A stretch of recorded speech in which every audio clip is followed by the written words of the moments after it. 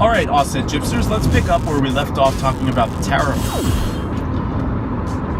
We left off talking about the Rider-Waite-Smith deck and the Crowley deck, and what they did to evolutionize tarot for the 20th and into the 21st century.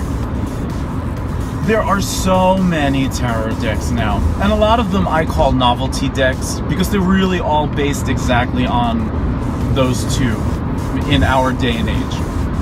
You know, there's everything from dragons to cats, to anime characters, just all in the poses and the positions of either the Rider-Waite-Smith deck or the Thoth deck. Those have left such impressions on our generation, and with good reason why. The tarot has such an extensive history. There's something I want to bring up that happened this week that really bothered me on Facebook. A reputable tarot card reader in New York City that I've worked with, and I've had a lot of respect for, because I like what they do and how they do it, posted a rant about Gypsy fortune telling. And it went almost racist. And now I don't think that this is cool at all. Because yeah, there are a lot of psychic parlors that rip people off. But you know what? That doesn't mean that they're all Gypsy. And it certainly doesn't mean that Gypsies are the only people that rip people off metaphysically or through spiritual means. It becomes a big problem. But what this reader needs to remember before putting a post up, putting an ugly picture from a horror movie of a fake Gypsy, and carrying on about, you know, what a true tarot professional is, goes back into the tarot's history of when people like Eliphas Levi and Mathers and Crowley got a hold of the tarot. You know, up until the 1800s, people used old-fashioned playing cards for fortune telling, and it really was a good Gypsy troupe that would come in and read the cards at carnivals or passing through towns. And it really was, we can't deny this. Now, even modern Roma and different Gypsy ethnicities, they either love to lay claim to it, or they get upset when they just get looked at as a bunch of fortune tellers too. You can't satisfy anyone anymore in the 21st century. But that's not my argument. That's neither here nor there. I'll leave those to the advocacy groups to toot their own horns and, you know, make those kind of statements.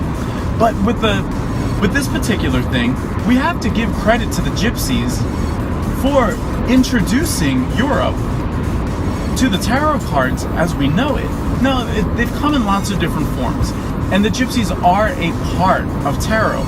But then once you enter into Europe, and then it becomes fashionable, then all of a sudden, the aristocracy, the hoity-toity, they want to then take this game, or this art, and make it theirs.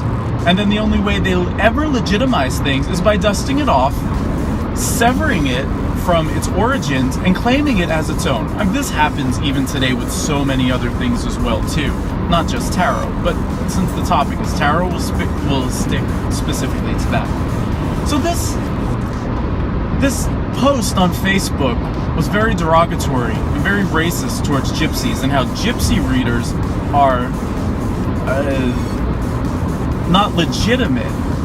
And I thought that was really, really unsavory and uncouth to do in a public place. The Gypsies provided the tarot to travel it through Europe, and they are still reading it. Just because Western culture has now adopted it and wants to clean it off of its past sin, doesn't mean that these people should be excluded.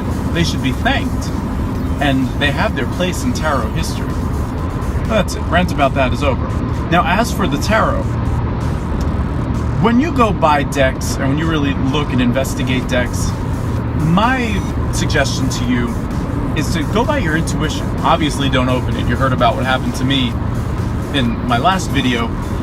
That worked out in my favor. You might not be so lucky. But really go by your intuition. What symbols are really going to speak to you? That's the important thing. And the tarot is a book. And there is no book written on tarot that's going to make you an excellent tarot card reader. The only book you need on tarot is the tarot. It is a book without a bind. It is a book with chapters that you could read 1 through 78. Or in some cases, 90, 96, or 80. There's a couple of different tarot decks out there you should look into.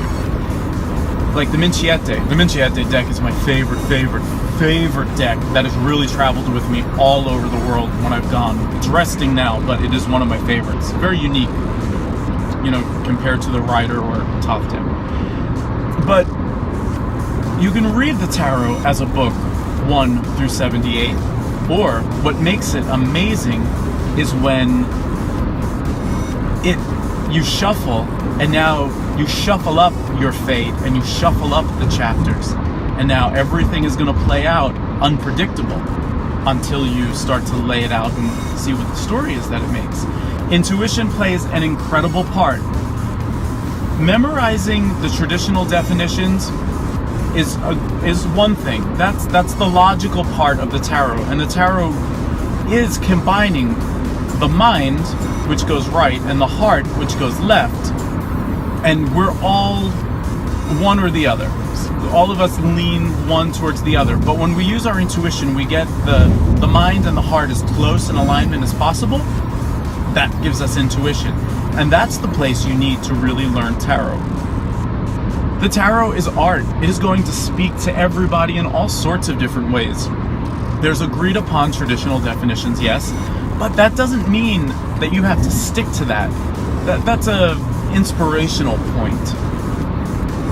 So meditate on that and think about that a little bit, and we'll pick up this tarot conversation on another trip and on another journey in AusetGypsy on the road.